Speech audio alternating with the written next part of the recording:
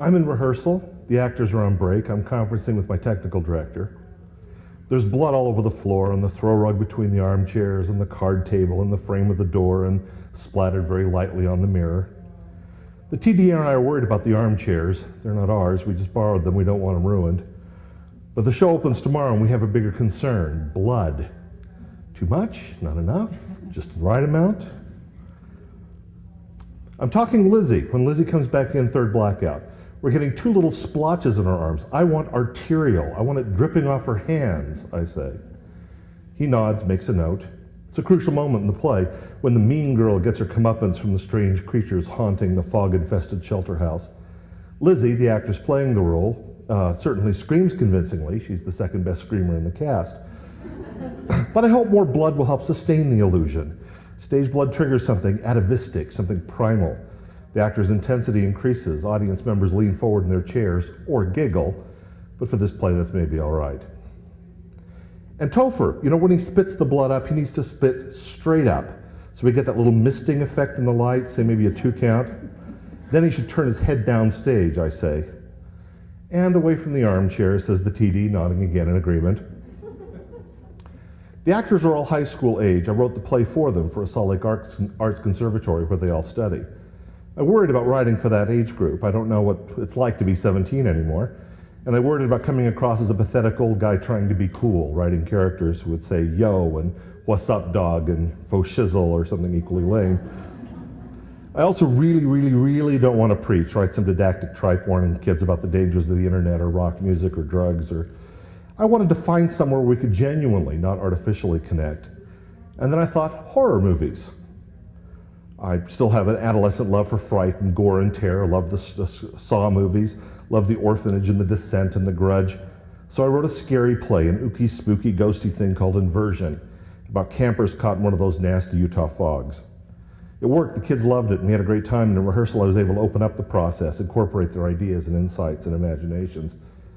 But talking to colleagues about the play, I found myself downplaying it. It's just this little ghost thing, I'd say, for kids, and they'd laugh.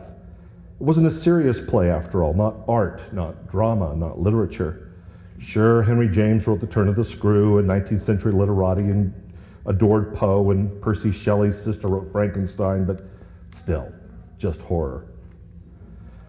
But in rehearsal, we took it seriously. All of us did. The kids were completely into it.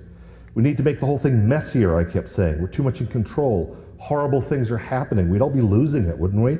And the kids' acting began to move past technique and playing objectives and tactics into something more intensely felt. Opening night came in the audience. Mostly parents found the play amusing and fun.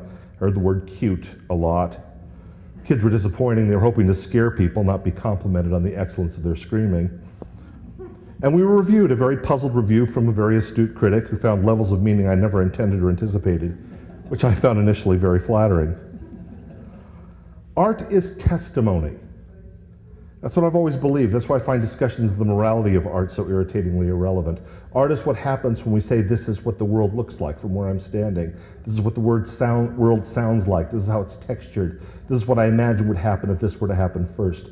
And so in drama, film, and literature, we privilege either realism or work that's heavily abstract or subjective. We privilege serious art or seriously intentioned comedy. We even call it drama instead of a play, film instead of a movie, literature instead of a novel. But this is just horror. Lots of screaming, lots of blood all over the floor. Mysterious creatures inhabiting fog, feeding off frightened hikers. I've never experienced that. This play isn't testimony for me. Or was it? Isn't the feeling of unreasoning terror fairly universal? Isn't fog pretty scary? No, where the play failed is that it didn't scare an audience of parents. Probably would have worked better with kids in the house, or maybe I just don't do horror very well. But I thought it was honest work, and not just because the cast and I genuinely connected in rehearsal. I thought it was good, virtuous, lovely, of good report, praiseworthy, not harmful.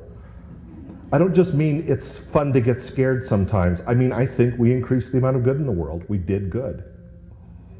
Inversion, the play in production, didn't have a message, didn't teach a lesson, except perhaps if something's trying to eat you, do your best to escape it.